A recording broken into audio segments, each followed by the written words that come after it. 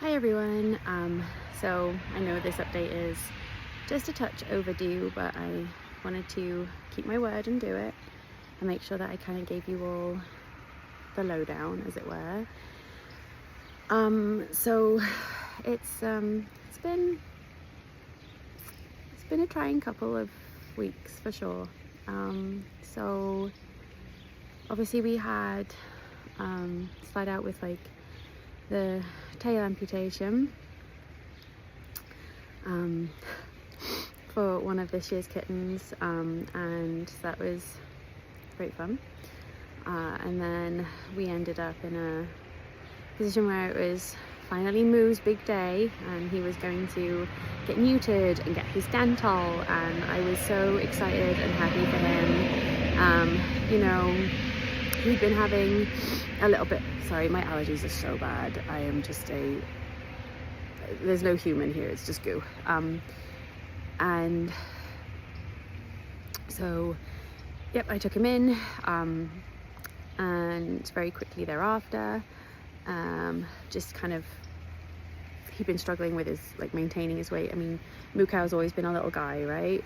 And so, but this was much littler, and so we ended up pivoting to an ultrasound and an endoscopy, and we found fluid in his abdomen and enlarged lymph nodes and thickening of the stomach wall and duodenum, and there was a very real possibility that it was either wet FIP, lymphoma, or IBD. So we did the PCR testing for FIP, so that's feline infectious peritonitis, and then we took endoscopic samples of the stomach and a few other places to see if they came back as inflammatory or if they came back as lymphoma. And then we also took some lymph node aspirates to see if they might be neoplasia, so cancer, or inflammatory. And so it was a big waiting game on that one.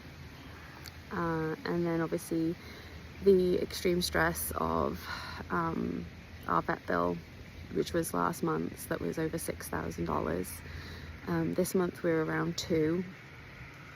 I'm hoping we'll be able to clear that. And then I think we just have another $2,000 afterwards.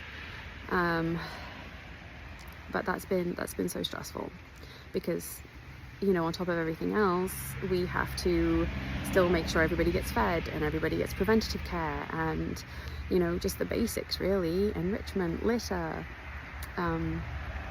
adoptions have been just dreadful this year. You know, and I've been called a pedant by a few people by not wanting kittens to go to homes on their own. I'll do it in very exceptional cases, but I'm not being pedantic. It's literally true that most kittens, the vast majority, do not do well on their own. They need another kitten or young cat to play with, to teach them how to cat, to avoid health issues and everything else.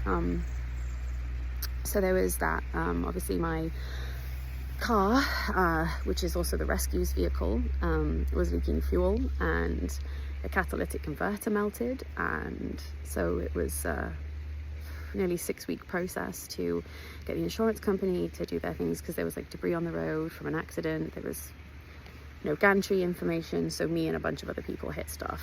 So that was really stressful because I didn't have a car, I didn't have access to a vehicle, and I had to find $1,000, which some people were very kind enough to make some donations toward, and so we were able to kind of do that. And I've had my car back for 3 weeks, and now my engine is dead. I need a new engine, and so I am without a car again. I mean, I can drive it, like it will drive, but you know, it will eventually seize up and die.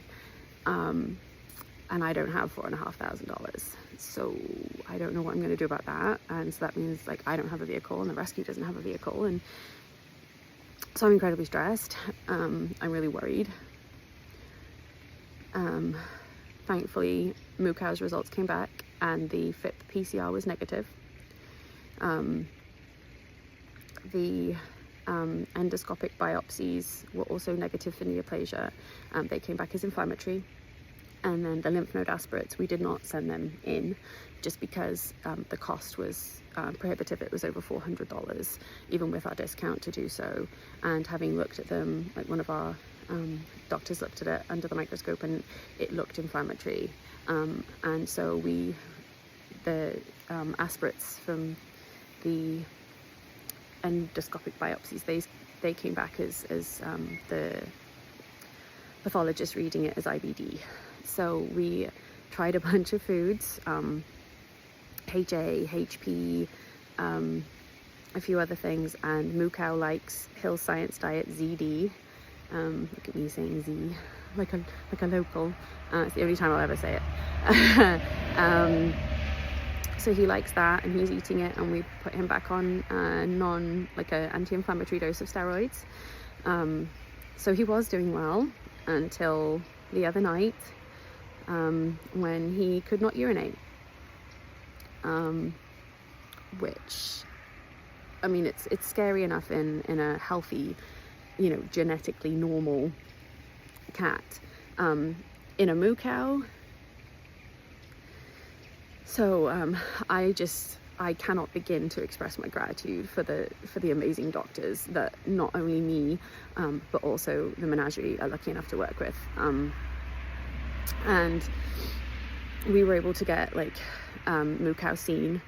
They waited for us. It's over an hour's drive from my house to our veterinarian, and we were able to get moo cow looked at. He was not blocked, but his bladder was just a giant sea of crystals. Like it lit up like a Christmas tree. We weren't able to get a urine sample. Like when I palpated the abdomen and had a feel of his bladder and stuff, I couldn't feel a hard, large bladder. It felt small and soft. And so, but obviously in a kind of, moo cat size, he's like a 12-week-old, right? So you feel more forward than kind of sideways, than lateral. So, I questioned myself, but no, it was, anyway, we were suspecting some pretty nasty cystitis. We weren't able to get a good sample. His bladder was really small, and our doctor who did the poke is, the king of poking tiny bladders, and he couldn't do it. So we're gonna try today, see if we can get another sample there and have a proper look at it. He is urinating now, but he is still making frequent trips to the litter box, with some of them with little to no production. So obviously that's going to need some more some treatment and a plan. The ZD that he is on does have an SO index, so it is formulated to help with urinary health. Because of his IBD, switching him to like CD or renals, like Royal Canin or something is not an option. So how we manage that is going to be interesting. And so, just on kind of, it's been a lot going on. I also took on a neonate who was 24 hours old 6 weeks ago. He's actually 6 weeks old today. He is about half the size he should be. I mean, he is, in the grand scheme of, neonatal kittens who are teeny tiny and so on, he is thriving. He's weaned. His teeth are growing in, but he still needs to be stimulated. He is maintaining his home, body heat, body temperature, but he is just really, really friggin' small. So we've been doing some tests to try and figure out what's going on with him. So we did thanks to Ellen and grilled cheese, looking at kind of, mouse. That was the name a friend of mine picked for him, because that's kind of what he looked like the day he was brought in to my clinic. But yeah, thanks to Ellen, the cat LVT. If you don't follow her already, please do. She's a wonderful human with an incredible rescue and so much knowledge and such a passion and drive and intelligence and instinct for kind of feline medicine. And she does so much to kind of, you know, further education for the general public and other veterinary technicians and support staff. And she also does so much kind of like, she contributes so much to making sure that cats get the best kind of care. And, you know, anyone who, and I know I'm digressing here a little bit, but this is also important, anyone who has kind of, you know, touched vet med or kind of is like super invested in kind of the healthcare side for their cats will know that, you know, feline medicine is at least a decade behind canine.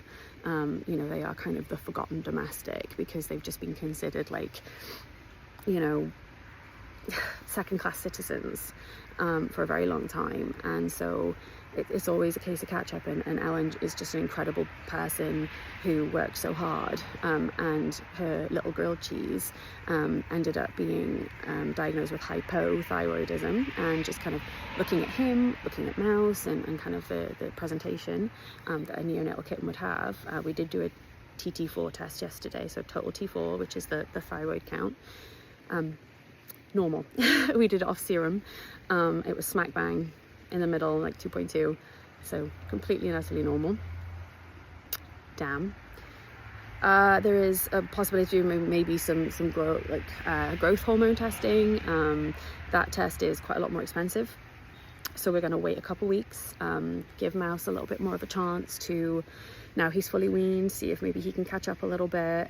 He's growing, he's moving around more. You know, there was a while where I thought maybe does he have like some mild CH, maybe is there cerebellar hyperplasia, is there dwarfism? We're kind of cycling through all the possibilities here, but you know, he's eating and drinking, well, not drinking, but you know, he's eating, he goes potty when stimulated. He'll occasionally go by himself, but it's not consistent enough for me to say, oh yeah, he's good. He started to like try and play with toys. He's a bit more stable on his feet. He's more active. He wants to play. You know, we're kind of doing all the 6-week kitten things that we can, but he is only like 260 grams. So, you know, he's tiny. His weight gain has been incredibly slow. Developmentally, he's been a tiny bit behind normal. So like his eyes opened at like 14 days, which is not completely abnormal, it's just a little slower. Like his teeth are erupting, his canines are basically in now, you know, and his incisors came in about 5 weeks old. So, you know, there are places where he's doing good, places where he's not. Like his sight isn't great, but his hearing is perfect. He looks like a little alien. Like his head is huge, and his eyes are massive. So yeah, it's trying, but we're doing the do, so we'll figure out, and if there's, you know, anything that he needs medically to kind of help him catch up or anything, we'll get that done. I'm trying to think if there's anything else. I think some of the hardest part really is that like it's not just my my personal life and my job and the rescue, as pretty much all of you know, I think. I've been a part of Save a Fox since 2017, so almost a decade now, which is wild.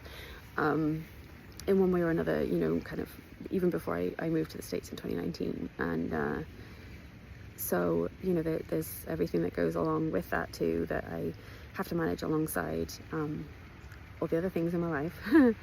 And one of my cats has been kind of really struggling dentally recently, and I did just have to do pretty much full mouth extractions last week, which she has 4 teeth left.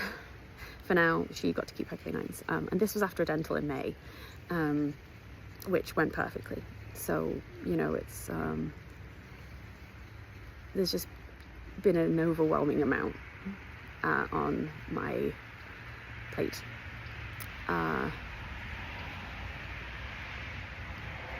And I'm trying very hard to keep up with everything, because I know the rescue deserves better from me.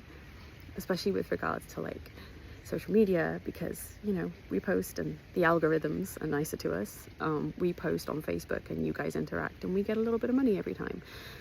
So I'm aware that I am failing in that regard, and that makes it harder. And as someone you know, who has ADHD and who has ASD and so on, it can be very easy to become paralyzed when I'm overwhelmed, you know, like, and then I get frightened about, you know, being judged and so on and so on, and so it makes it even harder again to go back to, you know, doing those things, because well, anyway, not really about me. It's about the rescue, it's about the animals. So with all that being said, we have some wish list needs right now. We could release some litter enrichment. We could release some mother and baby for Mouse. He really needs some like more food and stuff like that for now, and some Tiki Cat Thrive. We're trying, like, adding some additional calories and stuff to his diet, just to see if that might help. You know, I mean, he eats like a horse, but he's still getting fed every 3 to 4 hours. So, you know, that's been a lot. You know, usually by this point we're up to every, you know, 6 hours, 4 to 6 hours, 5 to 6 hours. You know what I mean? So still getting up in the night for him is, you know, and my schedule's changed. I started a new job, so I'm trying to manage that. So I'm sorry. I promise that I am trying to do my best for everybody, and I'm trying to figure out with the Menagerie's board kind of how we can utilize everybody's skills and time and everything else better, so that we can, you know, keep our social media presence every single week. You know, a couple of times a day. We can go back to doing regular posts on TikTok and YouTube, because it's not that I don't like sharing things there, it's just that there is no one thing that does it all. And at least when you know, okay, it's meta, but at least when you do it on Instagram, it'll post to Facebook too, and vice versa. And if you use Business Manager, you know, and you know, trying to find something that is easy to post to all these places and does not charge you is very difficult. So there's that. But I think that's everything. But I wanted to update. I wanted to keep you guys in the loop. And so I'm gonna stop talking now, because wow, okay, 18 and a half minutes. Okay, sorry.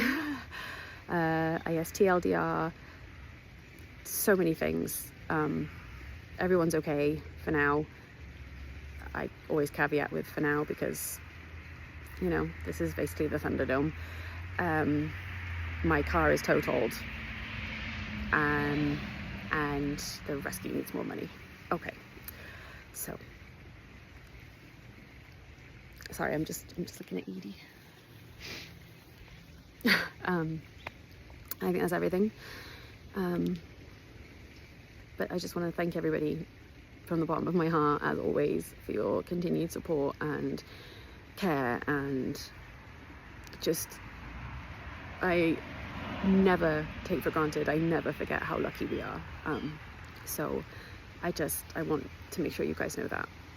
Okay.